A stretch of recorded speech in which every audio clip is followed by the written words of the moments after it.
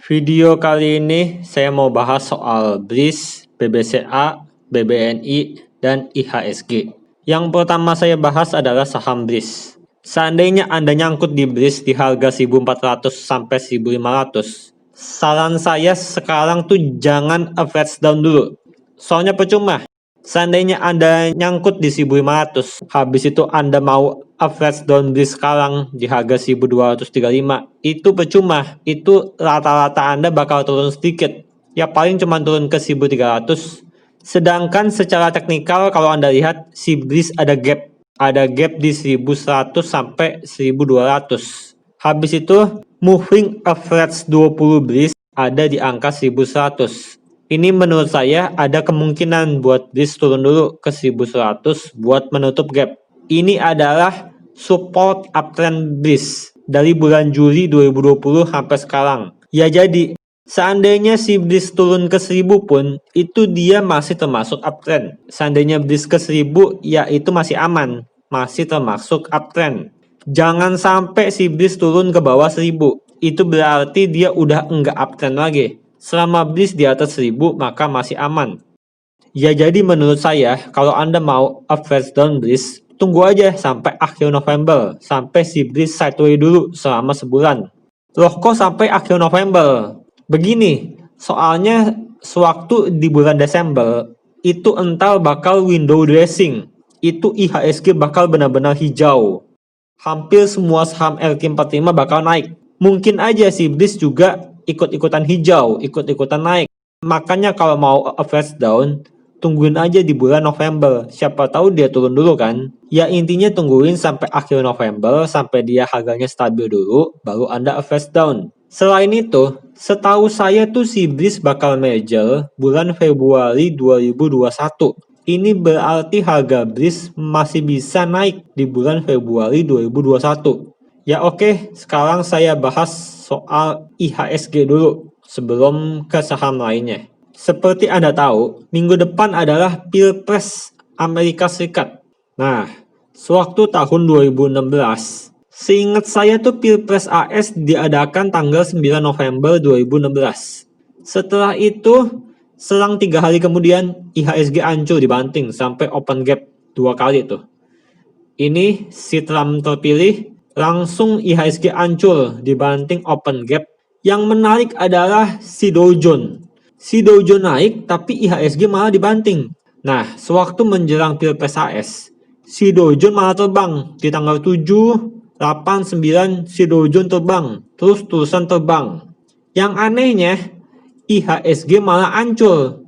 Si Dow Jones terbang, IHSG hancur. Mungkin gara-gara si investor mengalihkan duit-duitnya yang ada di saham bursa Asia ke Dow Jones.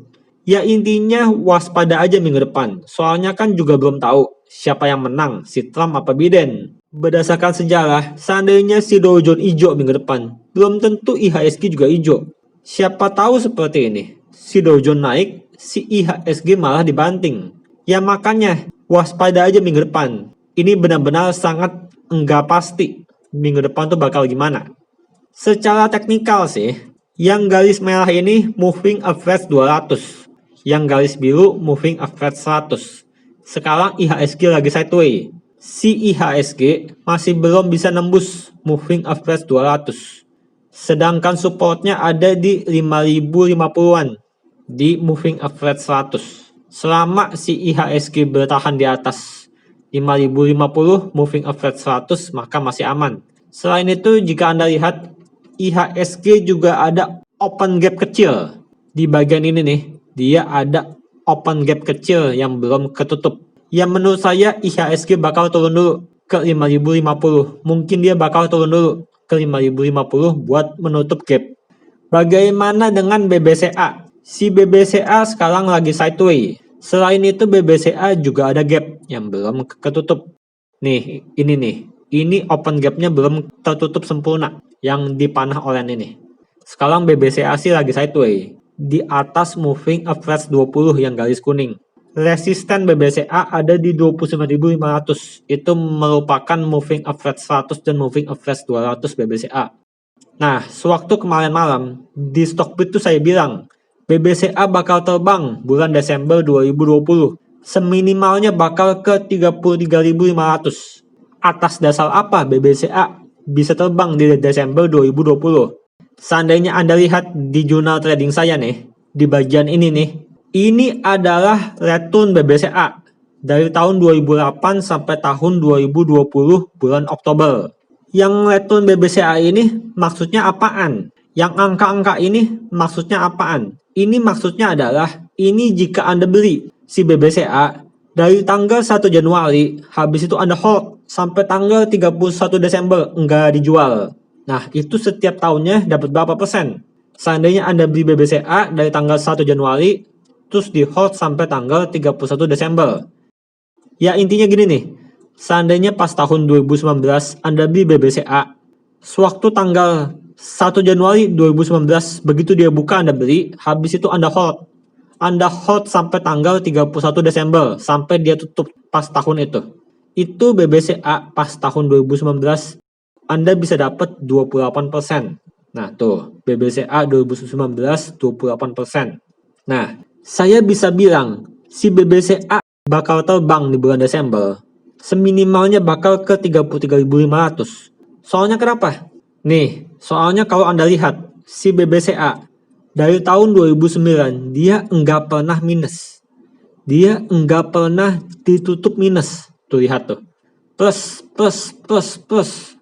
Semua plus. Seminimalnya dari tahun 2009, dia cuma 0%. Yang paling rendahnya. Sekarang BBCA dari tanggal 1 Januari sampai 28 Oktober, dia udah minus 13%. Seandainya dia benar-benar melanjutkan rekor, nggak pernah minus sama 10 tahun terakhir, sekarang BBCA tuh lagi minus. Tuh, minus 13% kalau Anda lihat. Seandainya BBCA ditutup 0%, BBCA seminimalnya bisa ke 33.500. Ya begitu intinya. Lihat aja secara statistik. Si BBCA dari tahun 2009 dia enggak pernah minus, enggak pernah ditutup minus di tahun itu. Nah, bagaimana dengan BBNI? Saya lihat sekarang banyak yang panik gara-gara BBNI rugi di Q3 2020. Sebelum-sebelumnya kan untung. Nah, tetapi yang di Q3 2020 dia rugi. Ya tapi Anda jangan lihat cuma dari begini doang. Wah rugi, wah gawat nih, rugi nih. Ya jangan gitu, Anda harus buka laporan keuangannya. Nih, saya udah infokan di Telegram saya. Si BBNI itu, kalau Anda lihat, dia tuh keuntungannya cuman kurang dikit. Yang di bagian warna biru ini. Si BBNI itu di tahun 2019 dia 43. Nah, tetapi di tahun 2020 dia 42. Dia cuma turun sedikit. Si BBNI ini rugi gara-gara dia menaikkan pembentukan cadangan kerugian penurunan nilai. Dia naikkan hampir 2 kali lipat. Sebelumnya cuma 5 di tahun sebelumnya, sekarang naik sampai 13. Meningkat hampir 2 kali lipat lebih. Nah ini, si CKPN. Cadangan yang dibuat bank dengan tujuan untuk menghadapi resiko kerugian yang akibatkan kerugian gagal bayar, kerugian si kredit macet.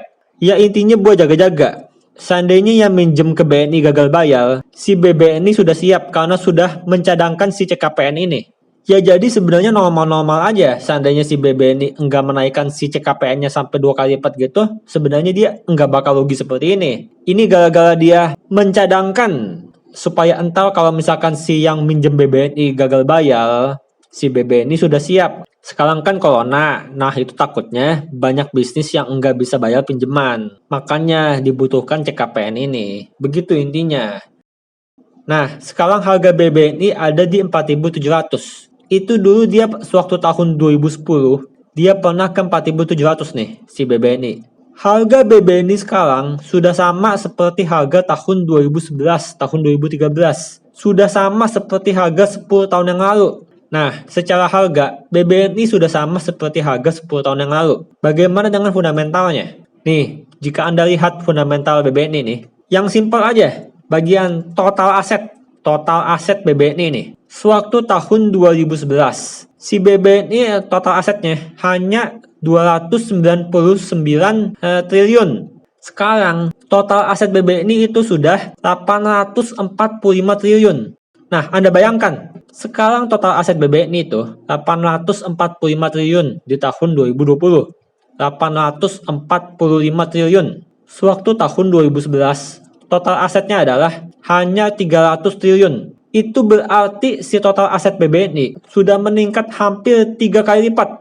Dari 300 triliun meningkat hampir 3 kali lipat ke 845 triliun. Nah, tetapi harga sahamnya dijual seperti harga tahun 2011.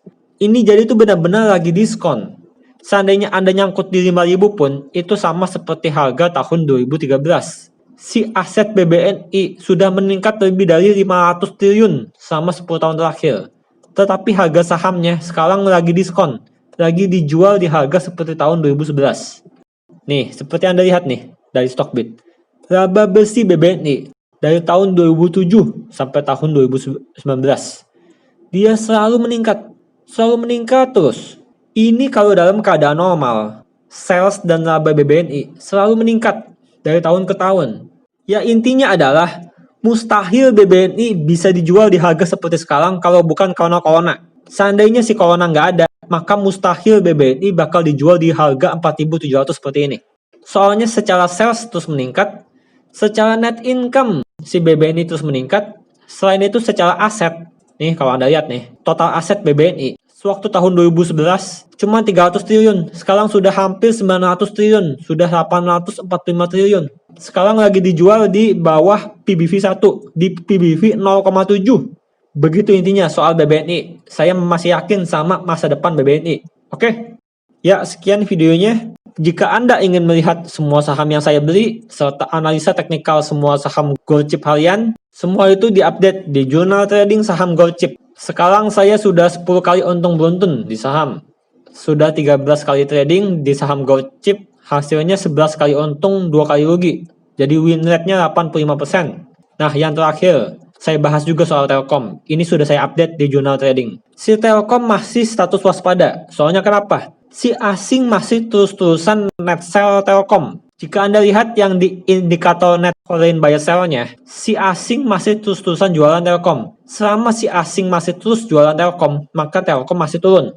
Selain itu, si Telkom juga sudah tembus support 2700. Ini udah bahaya. Seandainya Anda mau aman beli Telkom, maka tungguin. Anda tunggu sampai si asing net buy terus-terusan, sampai si asing net buy beruntun, serta si Telkom makin naik, nah itu aman. Selama si asing masih net sell Telkom, maka bahaya. Menurut saya kalau Anda mau beli Telkom, ya entar aja di akhir November. Soalnya kan yang bulan Desember kan bakal window dressing. Siapa tahu si Telkom naik. Nah, tetapi Anda lihat dulu, si asing masih net sell gak? Seandainya si asing masih net sell Telkom beruntun, itu masih bahaya. Ya begitu aja buat Telkom, semoga bermanfaat. Jangan lupa juga subscribe channel itu saya. Terima kasih.